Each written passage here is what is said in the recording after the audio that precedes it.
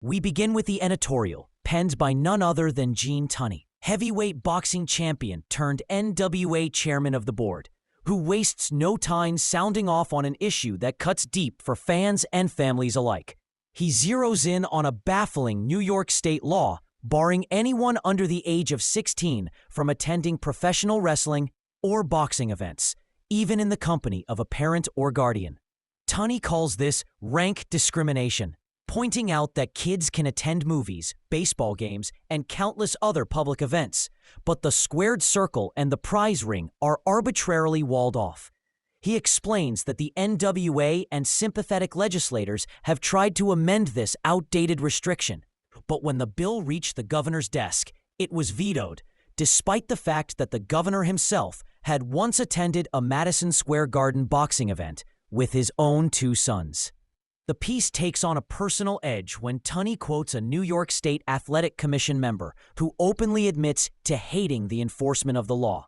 This man remembers being a boy, desperate to see the likes of Leech Cross and Benny Leonard, sneaking into shows in his brother's long trousers to pass for older, and later being waved in by a friendly doorman when accompanied by his father.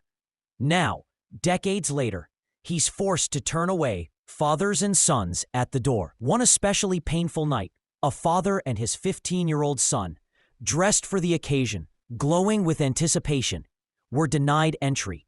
The official left to live with the image of their crushed faces. Tunney's conclusion is clear. The law is unjust, and until it's changed, moments like that will keep robbing the sport of its next generation of fans. From politics, we turn to personality, with the Stanleys win trophies and titles. A star-struck profile of Gene and Steve Stanley, wrestling's golden-haired brothers. Gene's popularity is staggering. More than 40 fan clubs with over 30,000 members, most of them women and girls, and 2,000 letters a week, 90% from female admirers. He's been honored as the best-dressed man in wrestling, America's most colorful wrestler, and even the Golden Apollo of wrestling, the last bestowed by a club called the Stanley Steamers. A Caracas, Venezuela fan group sent a trophy inscribed in Spanish, saluting him as the most popular wrestler. Steve, for his part, brings a blue-collar toughness to the team. A Northwestern University mechanical engineering student, former Chicago Bears squad member, and Navy machinist's mate first class. He's been wrestling since 1939, logging almost 2,000 matches worldwide, from Hawaii to South Africa to Iran. His style is rougher than Gene's, and his injury list, 2 broken legs, temporary paralysis, a concussion that silenced him for 2 months, reads like a war record. Yet he thrives on crowd energy, even from hecklers. With an 87% win rate and a resume of opponents including Whipper Billy Watson and Gorgeous George, Steve is the perfect complement to Gene's glamour.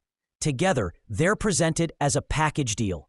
Charisma and skill, trophies and titles, certain to draw crowds wherever they go. Next is Pat Tysum, spotlighting Pat McGill, a grappler whose mat game is as precise as it is punishing. The piece dives into his knack for tying up opponents in holds that wear them down mentally as much as physically. His strategy, built on patience and control. McGill's background in amateur wrestling shapes his pro style, a focus on leverage, joint manipulation, and turning an opponent's aggression into their downfall. His travels take him across the circuits, always adapting to local styles, but never abandoning the fundamentals that made him a standout. Off the mat, McGill is an aviator, flying himself to bookings when schedules allow. A detail that adds to his image as both a grounded technician and a man of the world. The mountain on top of the world introduces Hombre Montana, a powerhouse whose name fits his size and demeanor. Writer Dick Skuse paints Montana as a big man in the business, both literally and figuratively. A man whose sheer mass, coupled with deceptive agility, makes him a nightmare for opponents who underestimate him. Montana's path through the territories is marked by decisive victories and an uncanny ability to rally when a match seems to be slipping away. His popularity in certain regions rivals that of national stars, and promoters value his drawing power as much as his win-loss record. In Wrestlers Have More Fun, William Warren pulls back the curtain on locker room pranks, road trip ribbing, and the unspoken camaraderie among wrestlers. Illustrated by Tom McNamara, the piece leans into the idea that while the matches are serious business, life behind the scenes is a blend of mischief and mutual respect.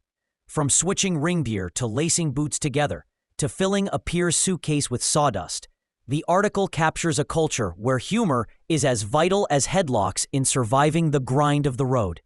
The tour continues with Northwest Noggin Knockers, a look at wrestling in the rugged American Northwest, where the bouts are almost as rough as the terrain. Local favorites and traveling stars alike engage in a style marked by brawling intensity, the crowds responding to each blow as if it were personal.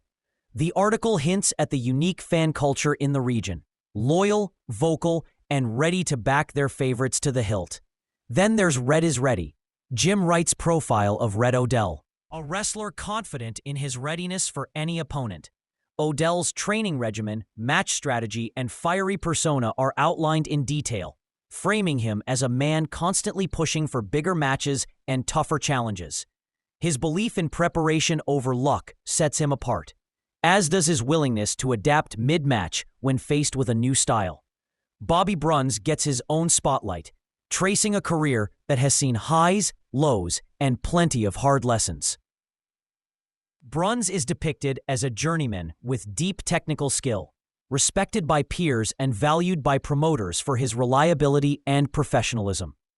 The Clyde line introduces Clyde Walker, Alabama's new commissioner, whose approach to the role blends rule enforcement with genuine love for the sport. His history in wrestling gives him credibility with the boys in the back, and his commitment to clean, fair bouts earns him the trust of fans. The tour through the territories hits Texas with Texas Turns Out, a vivid recounting of what happens in Abilene when the chips are down. Packed houses, passionate fans, and the kind of high-stakes matches that leave the building buzzing long after the final bell. And so it goes, page after page. The magazine mixes star profiles, regional reports, and human interest stories. We meet Tiger Tasker in You Can't Hold That Tiger, a relentless competitor whose speed and cunning keep opponents guessing. We follow Jack Ripple into Rain Into Round Their Shoulders, the story of Mr. Schwartz and his Rainbow Arena, a venue rich with history and character. The Marines Did It tells of Don Lewin's lessons in toughness learned in a Pacific foxhole, and Nellie Is a Lady sometimes captures the unpredictable nature of Nellie, a wrestler as capable of sportsmanship as she is of sudden ruthlessness. Sam Avey gets his due in Sam Takes the Cake, a portrait of an all-around handyman in the wrestling world. They made it. They may make it again. Recounts the careers of wrestlers who've climbed to the top once and have the tools to do it again. Perry A. Wiley's Old-Timer celebrates veterans of the mat game, while Mary Jo Mercer's Hooray for Ray salutes Ray Gunkel and delivers news for fan clubs eager to connect. We meet Bert Bertolini in Busy Bert, Al Mayer's profile of a man whose industriousness keeps him in demand. And tender, zealous New Zealander introduces Jack Carter, whose drive matches his skill. The humor page, Chuckleluck, delivers cartoons that riff on wrestling tropes. While They Make Wrestling Tick by Jim Cherry focuses on Orville Brown, telling the story of a man whose influence reaches far beyond his own matches. The magazine wraps with the Sport of 1,000 Holds contest, inviting reader participation. Labor of Love, a tribute to the hard work that sustains the sport. From the Foxhole by Wayne Griffin, picking up the slips out of the mailbag. And finally, Dizzy Davis, a closing personality piece that leaves the reader with one last colorful character to remember until the next issue.